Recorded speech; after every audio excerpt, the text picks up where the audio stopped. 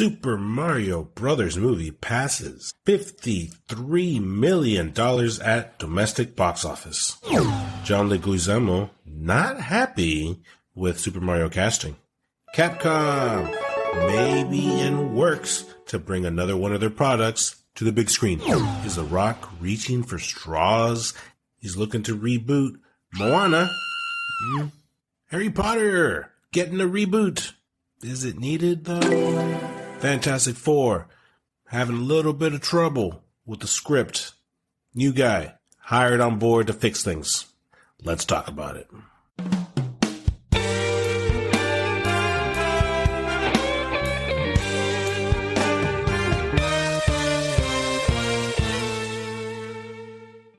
Welcome to the Episode Files. It's your host, Bogus Bird, and today, our news entertainment, The Muse. We got tons to talk about. Sit tight. Let's go over these articles. First on the list, we got the Super Mario Brothers movie by Illumination, just released last week, and it is doing amazing in the box office. Amazing numbers. Illumination delivers one of the top 10 biggest Wednesday domestic box office openings in history.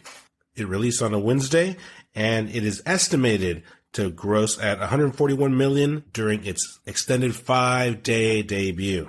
Did you go watch Super Mario movies? Did you like it? Did you go for your kids, or did you go for you? It was for you, right? I know it's both for me. I'm kind of using my kid as an excuse to go watch the movie. I haven't had the chance to go check it out just yet, but I plan to this week. And it's a win-win, really. It's something for my son and my daughter, and for me as well, because, well, I grew up with Super Mario, and straight up, like, I do like Illumination. They're a fun studio. They put some good movies in there. The Despicable Me, fantastic franchise there. I do watch a lot of these because of my kids, but they're very good. They are good. They're good kids movies, you know. I do enjoy them, and I think the humor and the animation style that they're going, it's a little different than, you know, what Mario uses, but it looks great, looks phenomenal. I've heard great reviews, but if you pull up the Rotten Tomatoes here, the tomato meter is 56%, but the audience score, 97. Hey, I don't always look at the Rotten Tomatoes when I choose the movies that I want to watch, but you do have to wonder, right? Like, does it suck? Is it too kiddie? I mean, of course it's geared at children, right? But at the same time, you kind of want something with a big name like Super Mario to succeed, right? You want it to do well. They hired on the AAA actors, you know, Jack Black, Chris Pratt, Charlie Day, Keegan, Seth Rogen. They went big, right? And you would expect this film to do well. I do want it to do well. Most reviews that I've seen and read, everyone's very happy with it. It's very fast-paced. The story's pretty simple. But it's fine. It's a Super Mario movie. I haven't seen it for myself, so I will go do that.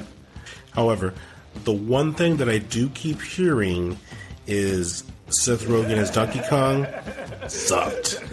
Like, apparently he didn't even try a different voice. Like, it's just him reading the lines, and he does his infamous Seth Rogen laugh.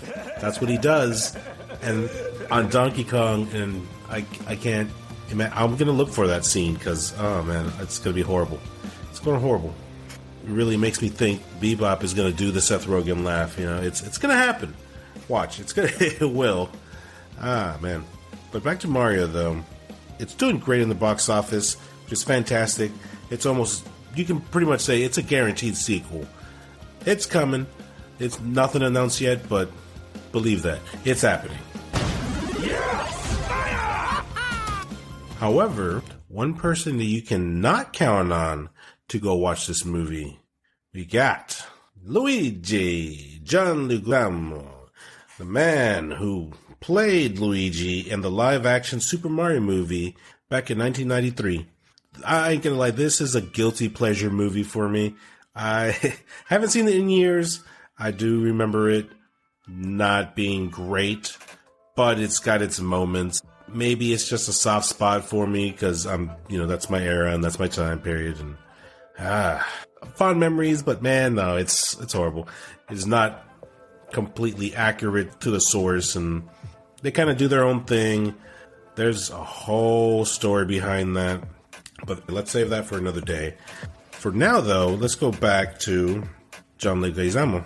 So he is refusing to watch the Super Mario movie because there's no Latin actors voicing anybody in this movie. Now, I'm a Latino myself. I can see where he's coming from, where he's fighting for us. He's fighting for the Latino. He wants there to be more Hispanic representation in Hollywood, in movies, and that's great. I think that's awesome.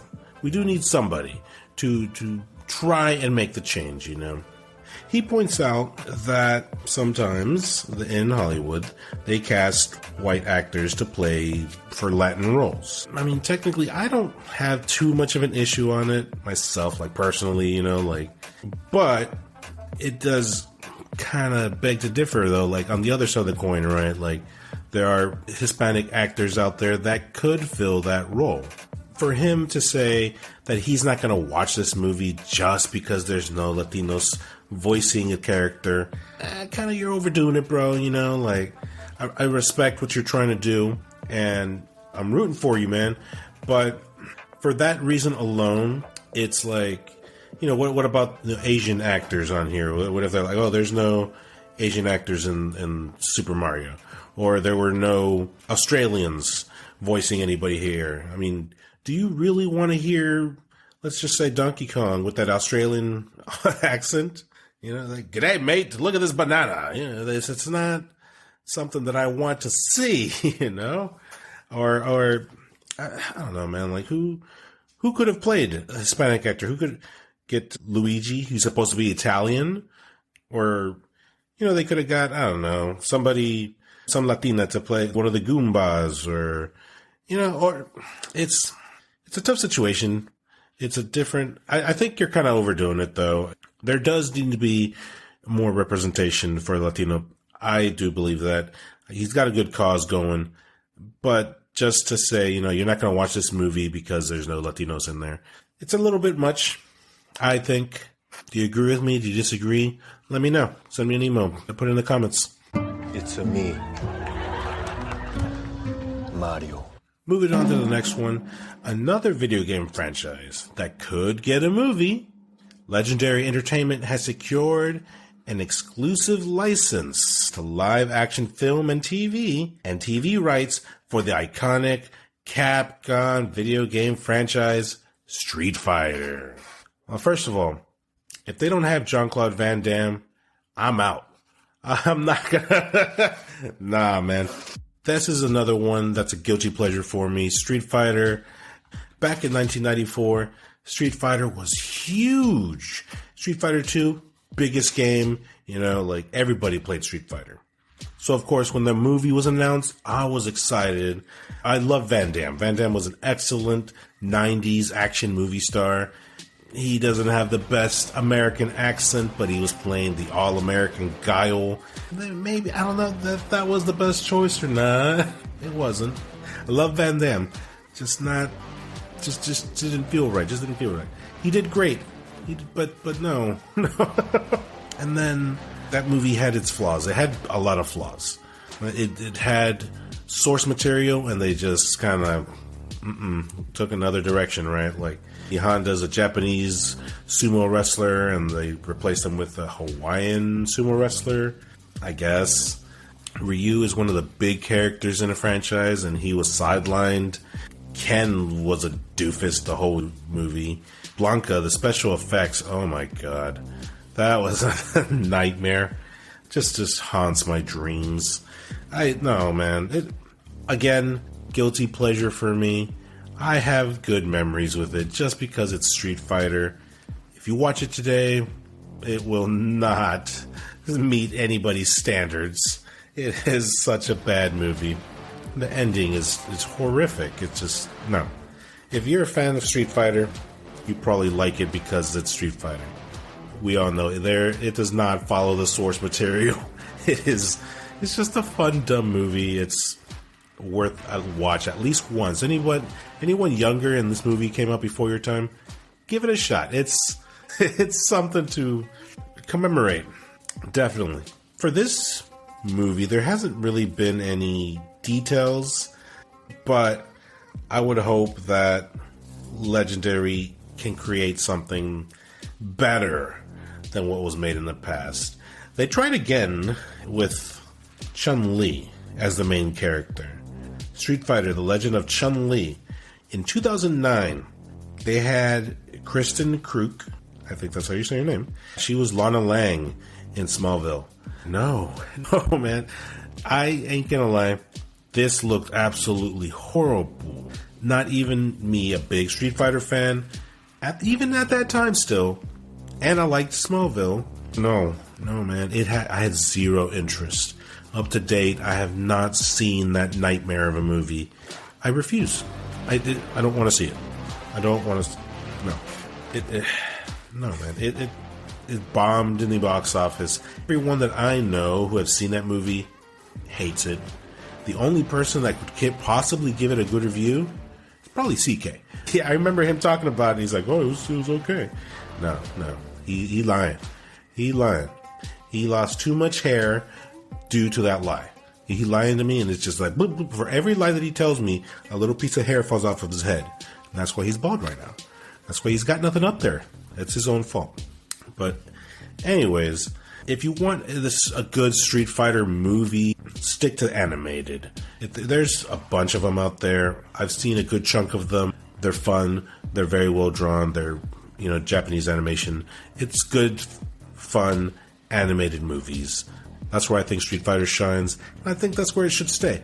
This movie is more likely going to happen, whether I want to or not. So I can just hope that they do this movie justice. There was a long period of time back in the day where video games who got adapted into movies were trash. Starting with Super Mario. Then there was Street Fighter and Mortal Kombat. Okay, well, I really like that first one. The second one, no, garbage. Then there was, I'm forgetting the name of it, but it's like a vampire girl. What is it? Jeez, it's killing me.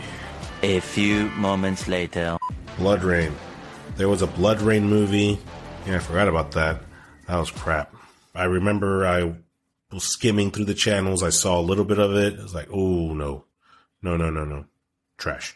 It wasn't until recently where Sonic made that first movie that kind of changed things. Video games turn into movies and they can work.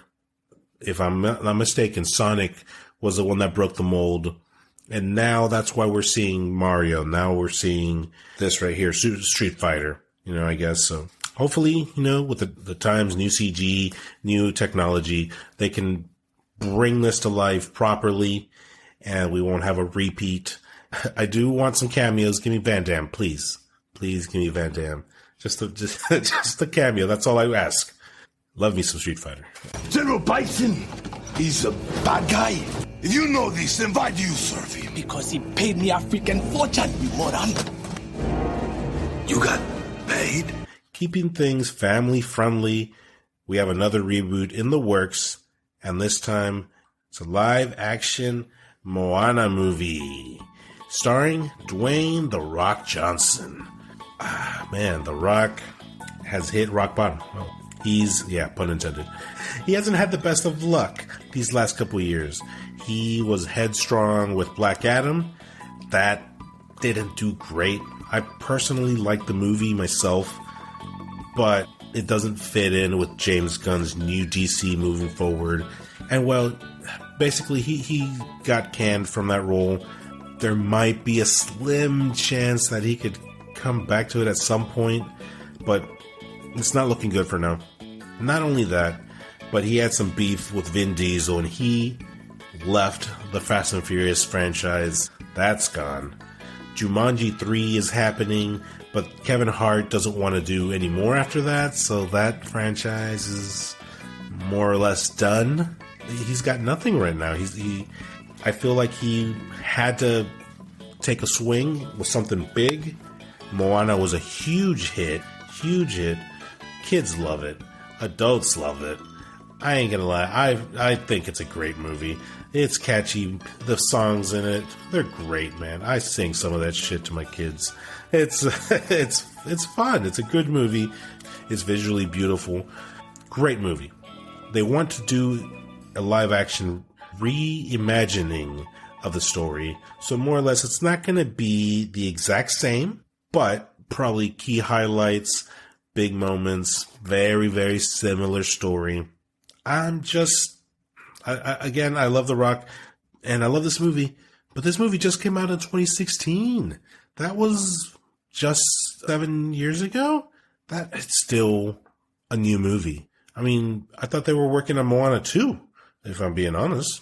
And Disney has recently been doing a lot of their older movies, right, into live action. They did the Cinderella. They did Beauty and the Beast. They did The Lion King. They did Pinocchio, also garbage. Peter Pan's coming out. Little Mermaid's coming out. Then we're going to work on Bambi. Oh, I forgot about Dumbo. But those are older, much, much older movies. A reboot, it was okay. It was fine. It was time. But Moana's 7 years old. Bro, come on. I just feel like The Rock is reaching for straws. He needs a home run. And I don't know, maybe this was just easy pickings, and I'm probably still going to watch it. I ain't going to lie. But I just think it's too soon. Very, very much too soon. Whatever. It's going to happen. So we'll just wait and see what happens. We'll see how it turns out. Maybe it's another hit, or maybe it's another banger. Good luck. We're going to stick to the topic about reboots. That's our reappearing theme today.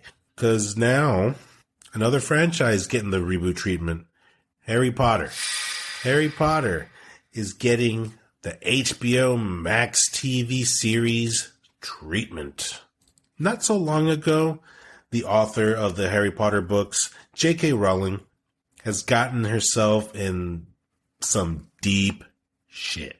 She has been vocal on Twitter. I'm not going to get into it, but she's gotten herself in some hot water. She's got her opinions on a certain group of people, and that's her opinion. But a lot of other actors in Hollywood, a lot of people in Hollywood don't agree with her. And that's fine. People are going to fight. People aren't going to agree all the time, which is causing trouble in the Harry Potter franchise, though. Long story short, J.K. Rowling went off on the transgender community on Twitter, and lots of actors in Hollywood, lots of directors no longer want to associate themselves with her. Man, it's even the recent video game that just came out, Hogwarts Legacy. Big outrage. Like, people were boycotting it, just wanted to do nothing to do with it. Apparently there were reports where, people were playing live and streaming it, and people in the comments were just shitting on these streamers for playing the game. I mean, it's a huge thing. It's a horrible situation, because it's not the franchise's fault, right? It's just her and her opinions, but this franchise is suffering for it.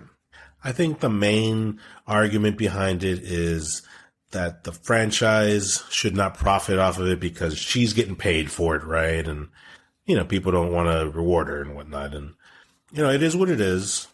But anyways, let's get back to the beef of the Harry Potter franchise here. The first movie came out in 2001. There are a total of 8 Harry Potter movies with Daniel Radcliffe, and that last one came out in 2011. Now, that was like 12 years ago. Is it time for a reboot? I don't know, man. See, I think for me personally, there wasn't a lot of breathing room for the Harry Potter movies, because immediately after that last one, they started working on the Fantastic Beast movies. I did not like those. I did watch the first one. I hated it. And, I didn't watch the other 2. But those were released fairly recently, with the latest one releasing just last year in 2022. So in my head, it's like It started in 2001, and then every couple years there's been a Harry Potter movie, and like, to me, it's still like fresh. It's still that same world. It's still the same universe, staying alive. So when I saw this, as a reboot for Harry Potter, I'm kind of like, no, it's still new, but it's really not. I'm conflicted, man. I don't know. I don't know if I want this reboot to happen. And if it happens, it happens. I've got no word in it, right? But I just don't know how to feel about it. And not to mention that there was beef again, right? J.K. Rowling with this whole situation. It started off with, mostly it was Emma Watson, Hermione, right? Like, she was definitely not on board with J.K. Rowling, especially if she was involved. And Daniel Radcliffe also was being difficult, coming back for another movie that were trying to bring to work. It was like The Cursed Child, something like that. You'll have to forgive me. I'm not the biggest Harry Potter fan. I do like the movies, right? The first 8, but I definitely did not read the books or anything like that. Just the movie. But yeah, they were trying to bring that Cursed Child one, and Emma Watson, Daniel Radcliffe, they were just not having it. Hopes and dreams for this movie happening down the drain. Just nope. And Emma Watson, she's not shy about it. She's not wanting to make it happen. So for this movie to happen, they were asking J.K. Rowling to sell her ownership of the property, and she was asking for an absurd amount of money. Just all the money. I couldn't find how much that was. I'm sure it's out there somewhere. I just couldn't find it. But however, that deal didn't go through either. What ended up happening was they settled on a reboot TV series produced by HBO Max. Now, HBO Max recently has been on fire. They got The Last of Us. They did a good job with it. I almost said great.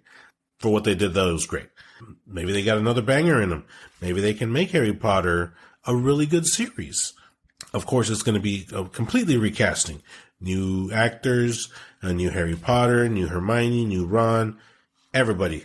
And apparently, each book is going to be a season. So book 1, season 1. Season 2, book 2. Season 3, onward and onward. So 7 seasons, more or less. Maybe get that Cursed Child as the 8th one.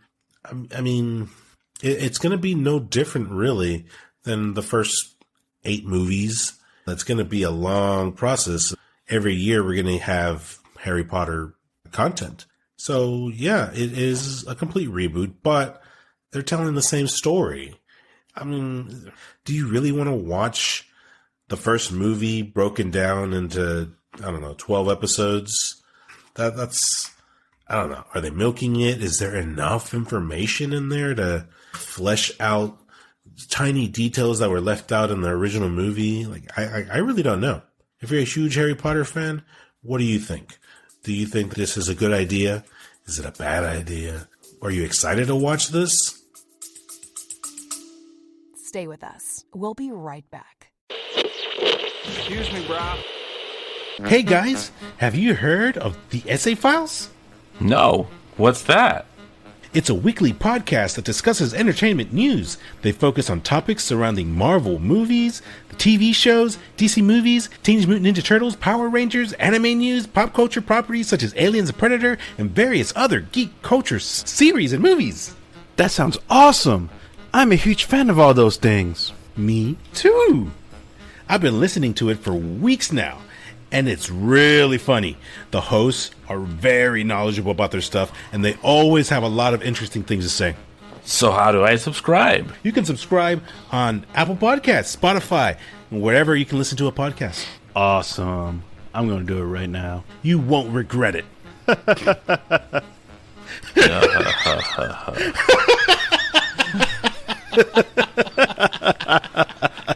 Oh my God.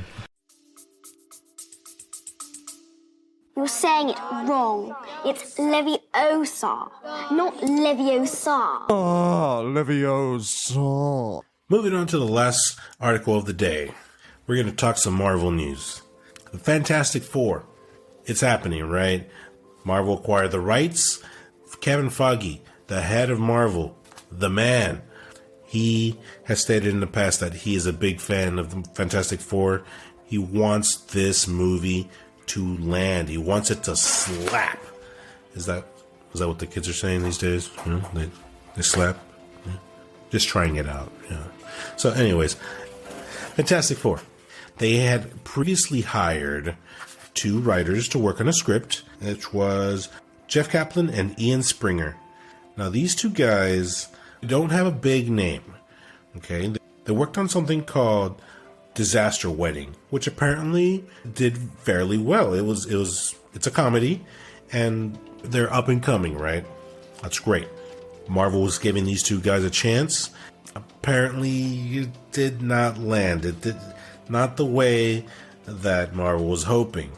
I don't know if they were trying to save a few bucks by hiring these lesser known names, but it kind of, I'm not going to say backfired on them, because the writer that they hired is Josh Friedman.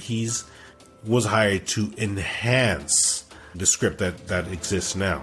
Okay, so they're going to use the previous script as bare bones outline maybe, and Josh Friedman's going to clean it up. He's going to make it grander.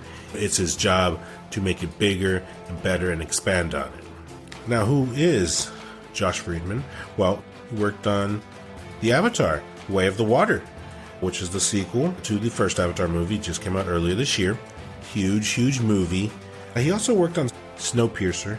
He also wrote the Sarah Connor Chronicles, which is a very highly underrated Terminator television series back in 2008, which, man, I thought it was great. It had some flaws, yes, but it was a very cool side story. It did its own thing separate from the movies. I enjoyed it. The drama was cool. The action was cool. It stayed closer to the source, more or less. You know, of course, again, they do their own thing, but they use a lot of, stuff from the existing movies. Not only that, but it shows that Josh Friedman is experienced with like different timelines, different side stories. So you could even say a multiverse, right? He also worked on Terminator Dark Fate. Not my favorite Terminator movie. There's some highlights in there. There's some good stuff in there. Not my favorite Terminator movie.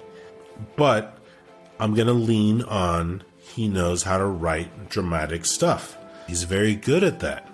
So to bring in someone like that, Josh Friedman, he could potentially bring the drama that was missing from the original script. I'm not saying that the original script was bad. Again, Marvel has stated that they hired him on to enhance it, right? So I think that he's just going to, he's just going to add that extra spice. That's what he's going to do. He's going to make it flavorful, a little spicy. Again, Marvel, Kevin Feige, they want Fantastic Four to be a home run. It has to be a home run. The brand new characters finally in the Marvel universe, they have to succeed. There's no just an okay script, a mediocre script. They have to hit hard. So I think it's a good idea. Give the Fantastic Four every chance to succeed. I do hope this does not push back production, because if not, then it's going to fall on the CGI studio. The CGI, the special effects, in these last few films, they've been slacking, and these effects have not looked their best. Let's just hope that's not going to be the case for Fantastic Four. Hopefully they'll have the time that they need to properly work on this film. And let's just hope for the best. In this same article here in Murphy's Universe, it is also stated that the Thunderbolts movie is getting a new writer. Beef's Lee Sung-jin. If I mispronounced that, I am sorry. But apparently he is jumping on board to help write that script. And it says here that some may not remember, but this is a very much pre-pandemic Marvel movie. Outside of a handful of writers, they had a variety of people work on the scripts before releasing a film. So perhaps something for the quality over quantity control. And again, I think that's great news. You know, give these side characters a proper movie to shine, not just a throwaway like the first Suicide Squad movie. You know, that was whatever, right? It's a throwaway. Who cares about it? The best thing that happened out of that was Harley Quinn. But anyways, this being basically the Marvel version of the Suicide Squad, let these characters shine. A lot of them are pretty cool characters. Let them rewrite it. Let them rework things, have it fit properly into the current Marvel universe, and let it succeed. Don't put out a half-assed movie like Black Widow was. And that, I'm kind of crapping on it because that was supposed to be released long before it actually did. But pandemic kind of screwed that over. And even then, the movie was not amazing, in my opinion. It was okay, but not amazing. If it came out in theaters, I probably would not have watched it. That's just my opinion. If you feel differently, that's cool. But that's just my thought on it. Bring a good writer in, rework everything, give it the opportunity to succeed. Marvel taking this new approach to put quality back into their product. I think it's needed. They need to go back to their roots and produce good movies. Because if not, man, the fans, the people who they are trying to cater to are going to fight back. They're just not going to go watch these movies. These studios just need to put out quality. We don't want quantity. We want quality. So I think that's where we're going to end it today. And that would be the end of the Muse.